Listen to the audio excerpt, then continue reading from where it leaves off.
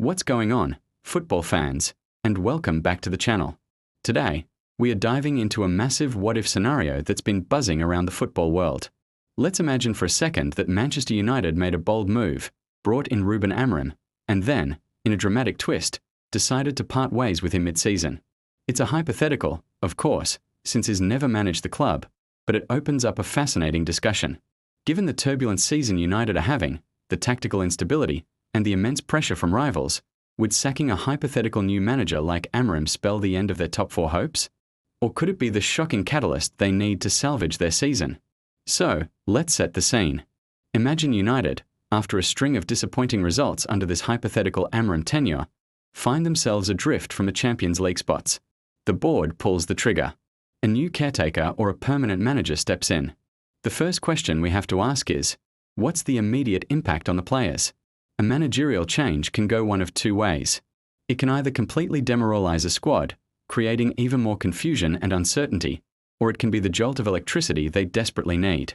We've seen it happen time and time again. A new voice in the dressing room, a fresh set of tactical ideas, can lift the mood and unlock the potential that was seemingly dormant. Players who were out of favour might get a new lease on life, and the whole squad might feel a sense of a clean slate, a chance to prove themselves all over again. But let's be realistic. The problems at Manchester United run deeper than just the manager's office. For years, we've talked about issues with squad construction, injuries, and a lack of a clear footballing identity. Would a new manager, coming in mid-season, have enough time to fix these deep-rooted problems?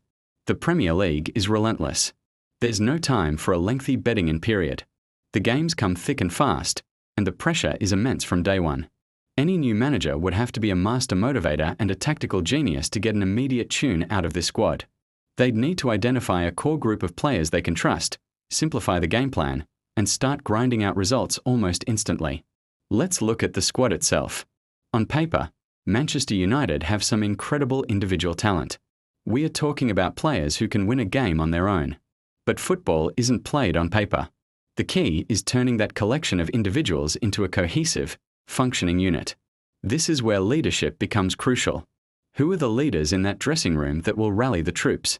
We'd be looking at players like Bruno Fernandes, Lisandro Martinez when he's fit, and the experienced heads like Casemiro to really step up and guide the team through such a turbulent period. Without that strong internal leadership, even the best manager in the world would struggle to turn the ship around quickly. The senior players would have to buy into the new vision immediately and set the standard for everyone else to follow. And what about the tactics? Ruben Amorim, for example, is known for his specific 3-4-3 system.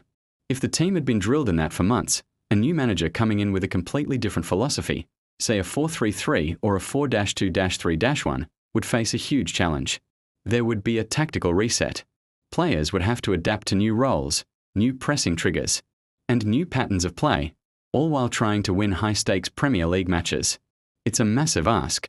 The most successful mid-season appointments often don't try to reinvent the wheel. They focus on shoring up the defense, building confidence, and finding a simple but effective way to score goals. It's about pragmatism over philosophy. It's about survival and getting points on the board by any means necessary. Then there's the competition. The race for the top four is fiercer than ever. You have teams like Arsenal, Manchester City, and Liverpool who are often in a league of their own. And then there's the battle for that fourth spot, with teams like Aston Villa, Tottenham, and even Newcastle and Chelsea all vying for a place at Europe's top table. These teams have their own established systems and a certain level of stability that United, in this scenario, would lack.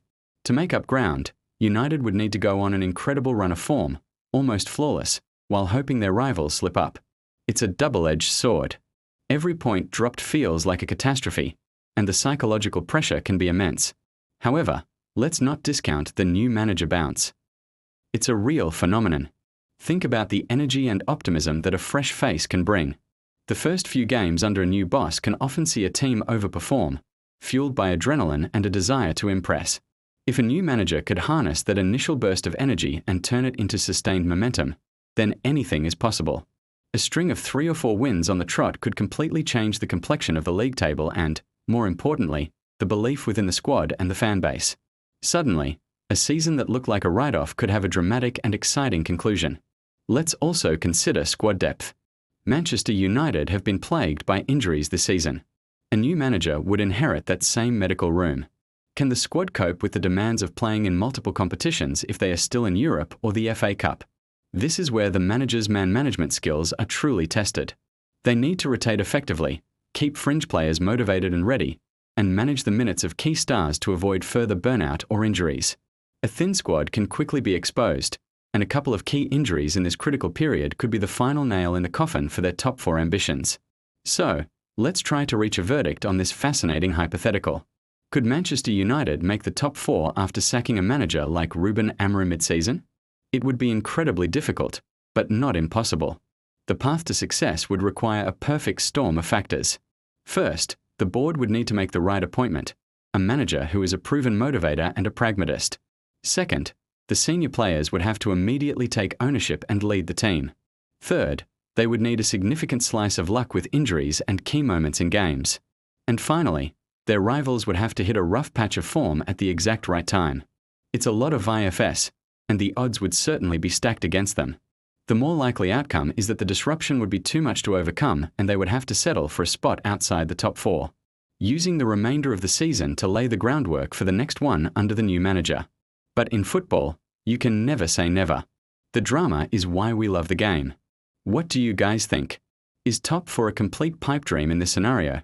Or could a new manager spark a miraculous resurgence for the Red Devils? Let me know your thoughts down in the comments below. I'm really curious to hear your take on this. If you enjoyed this discussion, don't forget to hit that like button, and if you're new here, make sure to subscribe for more football analysis. Thanks for watching, and I'll catch you in the next one.